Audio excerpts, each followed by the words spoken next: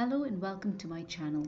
I'm Angela Brennan and today I'm going to be using the Versatile Vase 2 stamp set to make a card for the Scene Building online class as part of the Altenew Educators Certification Program. It's the final class for the Level 1 challenge that I'm taking part in. I've left this to the last because the scene building aspect of card making is a bit of a challenge to me. But I was inspired by Noreen Boers when she used the vases. I think she used the Versatile Vases stamp, the first version, to make a set of cards. And I was inspired with her cards and decided to have a take on my own. I ended up making 3 cards, the flowers being watercolored, die-cut layering, and layering stamps.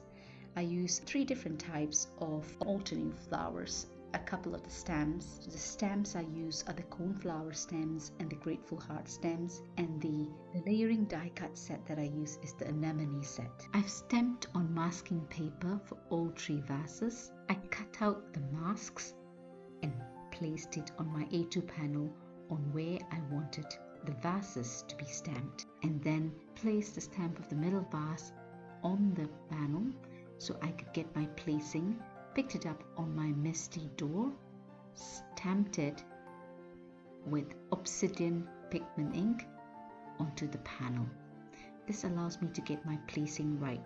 Now I go ahead and place the masks back on either side of the middle vase so I know where to place the stems of these 2 side vases. This allows me to get my placement correct, and then I would put the middle mask back so I don't stamp over the vase in the middle. Once I've inked the stamps, I remove the masks of the 2 side vases and place the mask of the middle vase back again. Stamp the 2 side vases, remove the middle stamp and stamp again so I get the overlapping 2nd generation stamp, so it's slightly lighter. And now I place the negative part of the mask over the large vase and I start ink blending. As you can see, I've already done a previous card with it, so my mask is a little bit inked already. I used the small Altenew ink blending tools, which is really ideal for this, and I ink blend on these vases. I use a lighter hand in the middle and a slightly darker blending towards the edge of the vase so you can see a lighter shine which will define the circular shape of the vase.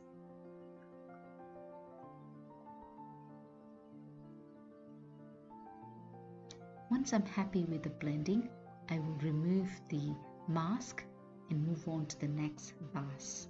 I will repeat this until I'm happy with the blending of all 3 vases.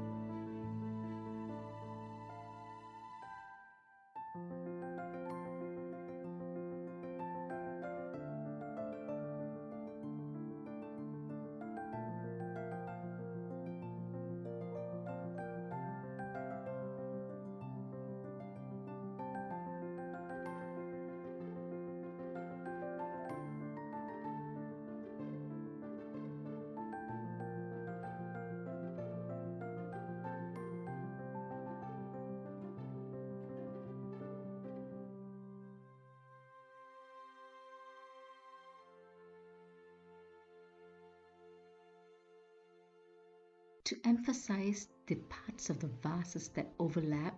So for the yellow and the red, I will add some orange ink, and for the bed that's overlap with the blue and the yellow, I will add some green ink to emphasize the overlap and make it a little bit more obvious.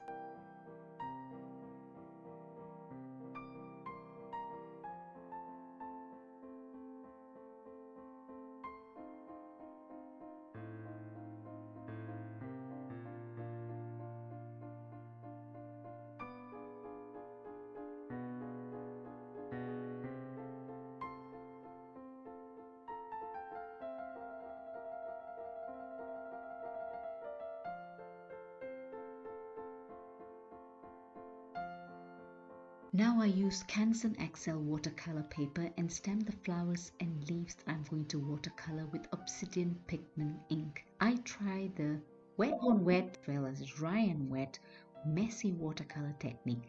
Now I find this watercolor technique does not require much skill, but because the watercolor pigments are so beautiful, it does look nice in the end. You just need to be patient, and I must say I wasn't too patient in some parts of my watercoloring, but if you're patient, let it dry and layer some watercolors, it will look beautiful in the end. And the messy aspect of it is fine because I am going to fussy cut or use the coordinating dies to die cut the flowers, so I don't really need to keep to the lines of the flowers. Just stay on and see how the watercoloring does turn out. I think it looks pretty in the end. Not much skill required. It's just something you should try. I find watercoloring a little bit daunting, but I am going to get more and more into it because I think it is a lovely medium, coloring medium, and it does have beautiful results.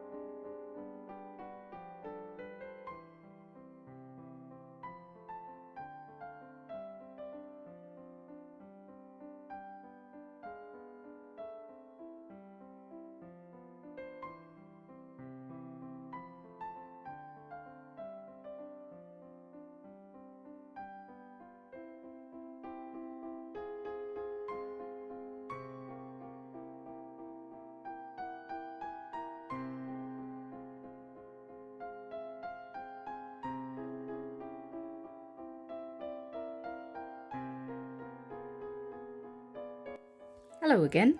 This is the card I just did. Added some glossy accent here to give it a bit of shine. Added some gems. And this is from Spellbinder's hot foil plate sentiment. I thought I'd give it a bit of shine and let the gems match it. I'm quite pleased the way it's turned out. So this is done with die cut layered flower. And this one here, which I did the first card, added some gems as well. It's the same gems, actually, gold gems. And this is done with some ink blending and some watercoloring. And finally, this one, I did some watercolor, well, really messy watercoloring. Cut them out, fussy cut them out, added some gems, and here you go. It's the same vase stamp, Versatile Vase 2 stamp set. So here are the 3 cards that I've made. The first card I did watercolors, and I used the Grateful Heart and the Coneflower stamp with a very plain white background. The second card I used the Coneflower and the Poppy Garden stamp with the Altenew patterned paper background. And the third card I used Anemone die cutting layering set where I stamped the background with rustic linen and did some ink blending. I used some gems on all the cards, some glossy accents and some sentiments, but I'm not quite done yet. I hope you'll give this ink blending transparency technique a try. If you enjoyed the video, please give it a thumbs up, consider subscribing, and remember to press the notification bell so you're notified when a new video is uploaded. In the meantime, do head over to my blog at angelabrennanCreations.co.uk to see close-up pictures of it, as well as the products I've used in this creating these cards. Also, happy crafting, and I'll catch you at the next video. Do take care. Just when I thought I was just about done, when I was taking photos, I realized that these vases looked as though they were floating. So I was going to give them a little bit of a shadow with the 6B pencil, just to give it a bit of shadow to show they've got a bit of a grounding. This is what I'm going to do. Just very lightly.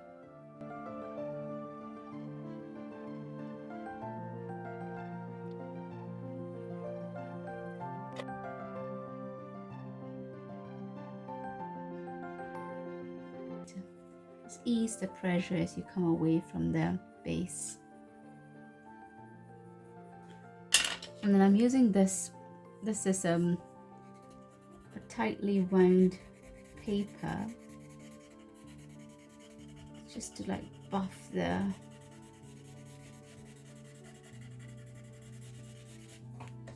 so it just shows it's got a little bit of a grounding, a bit of a shadow.